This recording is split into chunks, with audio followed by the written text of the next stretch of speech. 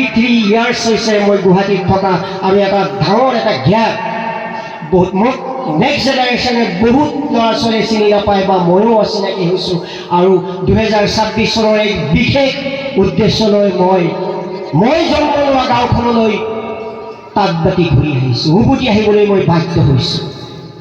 মই সমাজৰ শ্ৰেষ্ঠ বয়োজ্যেষ্ঠ ব্যক্তিসকলৰ সন্মানৰ প্ৰত্যেকজন সমাজৰ ব্যক্তি আৱাল বিদাৰ আশীৰ্বাদ বিচাৰিছোঁ। মই বিচৰা সমাজখন হ'ব লাগিব দুৰ্নীতিহীন সমাজ, সৰ্ব উন্নয়ন হ'ব লাগিব। আজি বালিচৰত থকা এইখন ৰাস্তা হ'ব লাগিব, ইয়াত ইলেক্ট্ৰিচিটি হ'ব লাগিব। এই মেহফিলত থকা ল'ৰা বা পৰ্দাৰ লগত থকা বন্ধুসকল, আপোনালোকে অল ইণ্ডিয়া ছাৰ্ভিচ হোল্ডাৰ হ'ব লাগিব। আপোনালোকৰ পৰা মই ডেপুটি কালেক্টৰ, ডেপুটি কমিশ্যনাৰ বিচাৰিম, মই চাৰ্কুল অফিচাৰ বিচাৰোঁ, পুৰাণৰ হাফিজ বিচাৰোঁ আৰু সৎ ব্যৱহাৰ কৰা নিষ্ঠাৱান ব্যক্তি বিচাৰোঁ।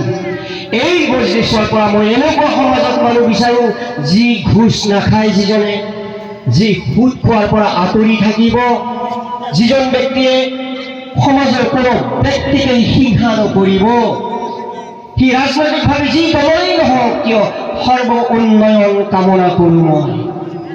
মই আগন্তুক দিনত চমৰীয়া সমষ্টিৰ কাৰণে এনেকুৱা এজন প্ৰতিনিধি বিচাৰোঁ যিজনে দুখীয়াৰ দুখ বুজি পাব, বস্ত্ৰহীনক বস্ত্ৰ দিবৰ চেষ্টা কৰিব, খাদ্যহীনৰ খাদ্যৰ যোগাৰ দিব ব্যৱস্থা কৰিব, য'ত ৰাস্তা ঘাট নাই উন্নত ৰাস্তা তৈয়াৰ কৰিব, যিখন বিদ্যালয় উন্নত নহয় সেই বিদ্যালয়খন উন্নত কৰিব, যিজন ব্যক্তিয়ে মাদ্ৰাছাৰ আলেম উলেমাসকলক ছাত্ৰ ছাত্ৰীসকলক মহব্বত কৰিব, স্নেহ কৰিব, সন্মান কৰিব।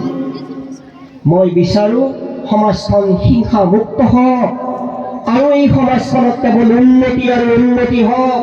আমাৰ সমাজৰ ল'ৰাখিনিয়ে যাতে ড্ৰাগছ এডিক্টেড নহয়, বেয়া বিচাৰত লিপ্ত নহয়, তাছ নেখেলে, জুৱা নেখেলে, অবৈধ কোনো সম্পৰ্ক নকৰে। এই সমাজখন মই তেনেকুৱা এখন সমাজ বিচাৰোঁ। এজন ভাতৃয়ে অন্য ভাতৃক যাতে নিজৰ চৰিকাৰৰ পৰা যাতে নঠগা, খেতি বাতি কৰা মানুহে যাতে আলি ভাত ভাঙি আনৰ মাটি দখল কৰিব চেষ্টা নকৰে, সেনেকুৱা মই সমাজ বিচাৰোঁ।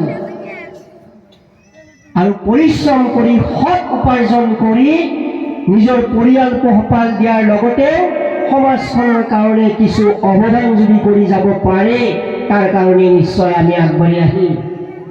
আমি আমাৰ ল'ৰা ছোৱালীক কোৰান শিক্ষা দিম, মক্তবত পঢ়াবলৈ চেষ্টা কৰিম, ইংৰাজী শিক্ষা